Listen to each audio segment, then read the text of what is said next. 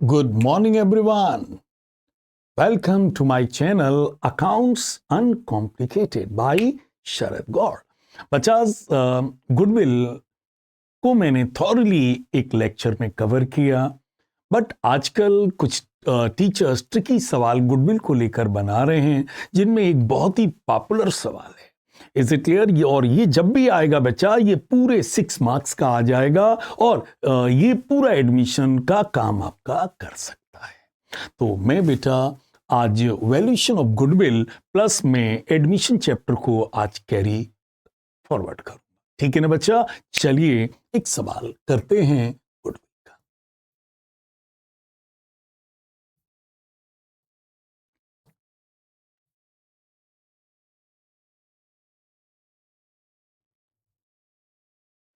हाँ बेटा, Cake and Muffin are partners, sharing profit and losses in 5:4. They admit Cookie as a new partner for 1/6 share of the profit and new agreed ratios क्या दिए हैं? 3:2:1. चलो बेटा, तो बताओ बेटा इनके ओल्ड रेशियोज क्या हैं? और सर 5:4। और sir old ratio minus new ratio क्या होता है? मैंने कहा सैक्रिफाइसिंग रेशियो। बोलो बेटा, cake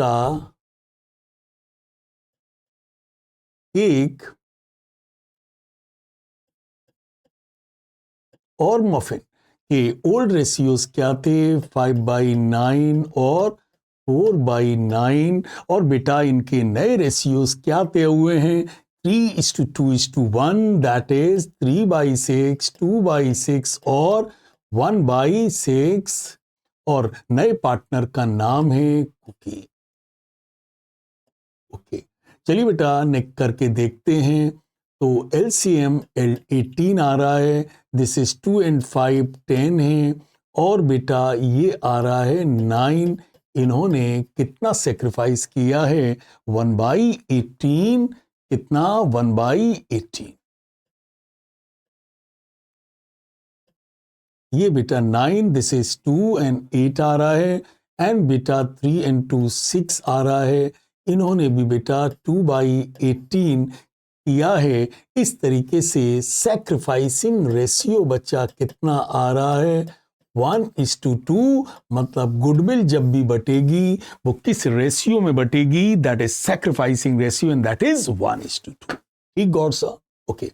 Goodwill at the time of Cookie's admission is to be valued on the basis of capitalization of average profit method. पहले फार्मूला बताइए capitalization of average profit method का। गौर सर, फार्मूला है average profit into 100 upon NRR। NRR का मतलब क्या बताया था? Normal rate of return. ये हमेशा परसेंटेज में गिवन होगा, तो आपको परेशान होने की जरूरत नहीं है। Minus capital employed, minus capital employed. Capital employed कैसे निकलेगा? मैंने अपनी वीडियो में कहा था, या तो बच्चा असेट में से लायबिलिटी माइनस कर दो, कैपिटल एम्प्लॉयड आ जाएगा, या कैपिटल में रिजर्व एंड सरप्लस ऐड कर दो तो भी कैपिटल एम्प्लॉयड आ जाएगा। ओके, चलिए। सो बेटा ये फार्मूला है जिसको हमें अप्लाई करना है। ओके, लेकिन भैया एवरेज प्रॉफिट तो निकालना ही पड़ेगा। बेटा क्या लिखा है? फॉर द ईयर एंडेड 31 मार्च 2014।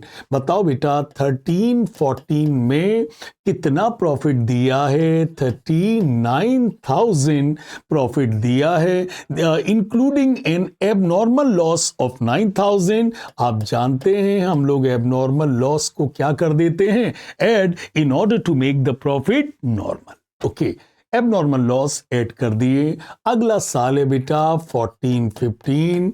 बेटा प्रॉफिट कितना दिया है? 83,000, और ब्रैकेट में लिखा है including N abnormal gain of 8,000। बेटा एबनॉर्मल लॉस ऐड होता है और एबनॉर्मल गेन बेटा क्या होगा? Minus, in order to make the profit normal. तो बेटा याद रखना, एबनॉर्मल लॉस हो बच्चा ऐड कर दो, एबनॉर्मल गेन हो माइनस कर दो, फ्यूचर एक्सपेंसेस हो हर साल से माइनस कर दो। ठीक है ना जी। और बताइए अगला ईयर क्या है? अगला साल क्या है? 16 है। क्या है? 16 है, दैट इज 15/16। ओके, आगे दिया है 1 अप्रैल 2016। 1 अप्रैल 2016 firm had an assets of 8 lakh and its creditors amounting to 3,60,000। Okay, बताइए फर्म की एसेट्स कितने की है? 8 lakhs और इसके क्रेडिटर्स मींस लायबिलिटी कितने की है? 3,60,000। बोलो बेटा, असेट माइनस लायबिलिटी। बताओ बेटा, asset minus creditor is liability क्या होता है? बताइए, असेट 8 लाख की दी है और लायबिलिटी कितने की दी है? 3,60,000। बेटा असेट में से यदि मैं लायबिलिटी माइनस कर दूं तो बेटा बताइए क्या होता है? Assets minus liability is called capital employed.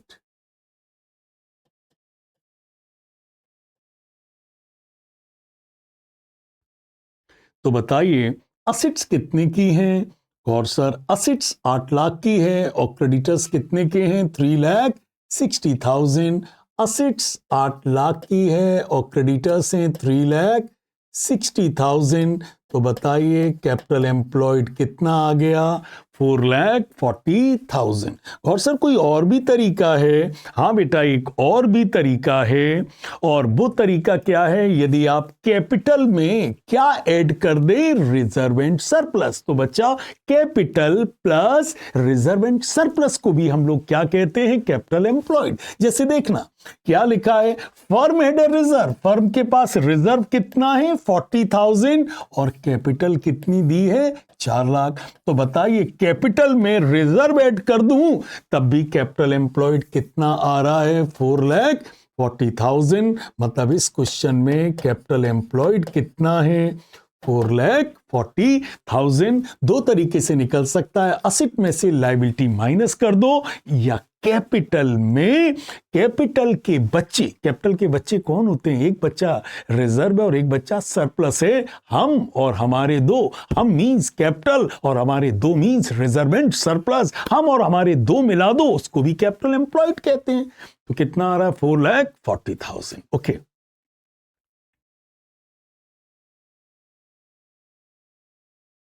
ठीक है। आइए तो बेटा पहले नेट प्रॉफिट को प्योरीफाई कर लें। तो बेटा 39 में 9 ऐड करो तो इट इज 48,000 आ रहा है। बेटा ये 75,000 आ रहा है बेटा। और 15/16 का प्रॉफिट कितना दिया था? 16 का प्रॉफिट कितना दिया था? 72,000। इसके बारे में कोई एडजस्टमेंट नहीं है। चलो बेटा इन तीनों को ऐड करके इसे 3 से डिवाइड करके बताओ बेटा कितना आ रहा है? कितना आ रहा है बच्चा?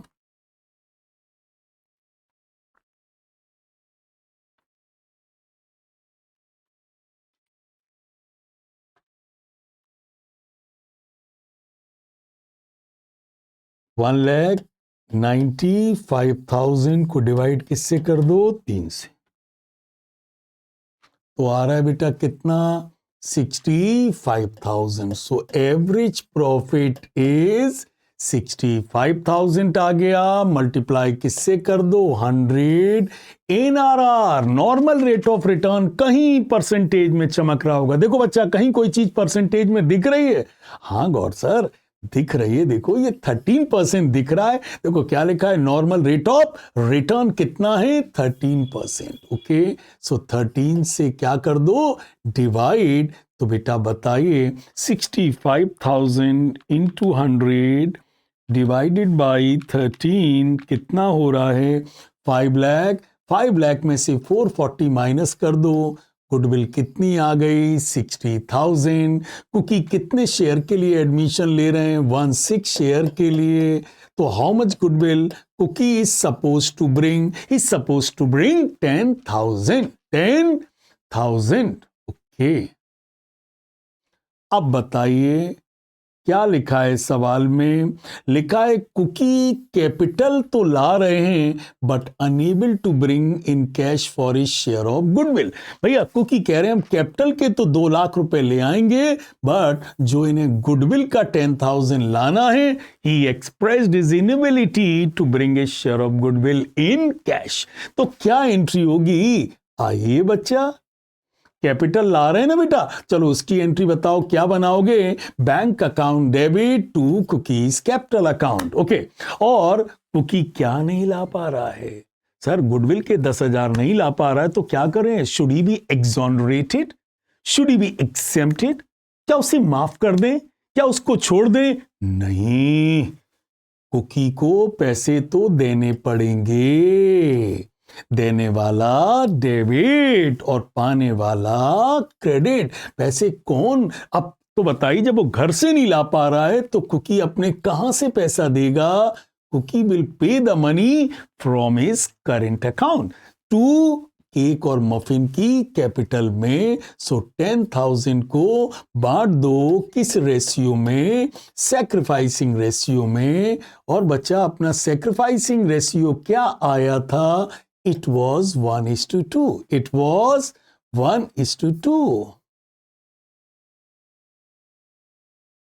तो कैपिटल आया, एंट्री क्या होगी? Bank account debit to cookies capital. Kuki expressed his inability to bring his share of goodwill in cash but he will not be exonerated, he will not be exempted, but he will have to give this amount from his current account। बेटा जो पैसा देता है, जो Paytm से payment करता है, उसका अकाउंट डेबिट होगा और जिसके अकाउंट में पैसा जाएगा उसका अकाउंट क्रेडिट होगा। तो कुकी क्या करेगा? पेटीएम, तो उसका अकाउंट क्या होगा? डेबिट। और पैसे किसके अकाउंट में जाएंगे? केक और मफिन, उनका अकाउंट क्या होगा? Credit. But please be careful. बताइए कुकी किस अकाउंट से देगा? करंट अकाउंट से। और पैसा इनके किस अकाउंट में जाएगा?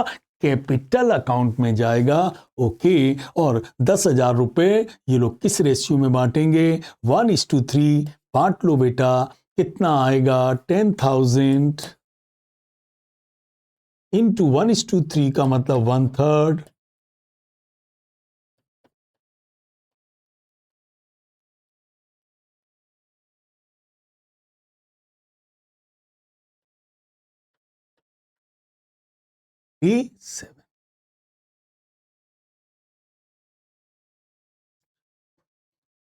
इस तरीके से बच्चा एक सवाल मैंने और गुडविल के वैल्यूएशन और गुडविल के ट्रीटमेंट को लेकर किया है।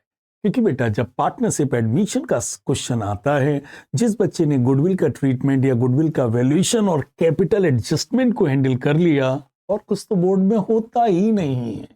सो बच्चाज मेरे इन लेक्चर्स को रिपीटेडली सुनना, because once your admission is crystal clear, your retirement and death will subsequently be definitely be crystal clear to you. So please keep practicing. ठीक है ना बेटा? take the screenshot of this problem. चलो बेटा इसका screenshot ले लो।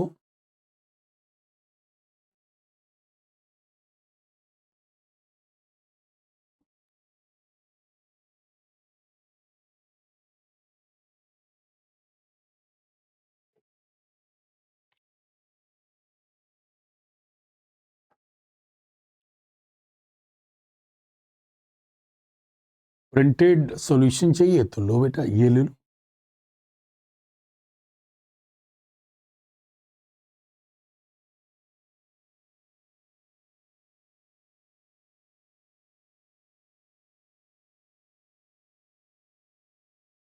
सो बच्चा that's for today, that's for today. और अब मैं एडमिशन चैप्टर रिटायरमेंट डेथ को लगातार कवर करता चला जाऊंगा, बिकॉज मैंने एक बार रिजर्व के और गुडविल के ट्रीटमेंट सिखा दिए। अब हमारी गाड़ी एकदम ढाल पर आ गई है, स्पीड देखना। सो बच्चा that's for today. Rely on us because we rely on lot of experience. Thank you.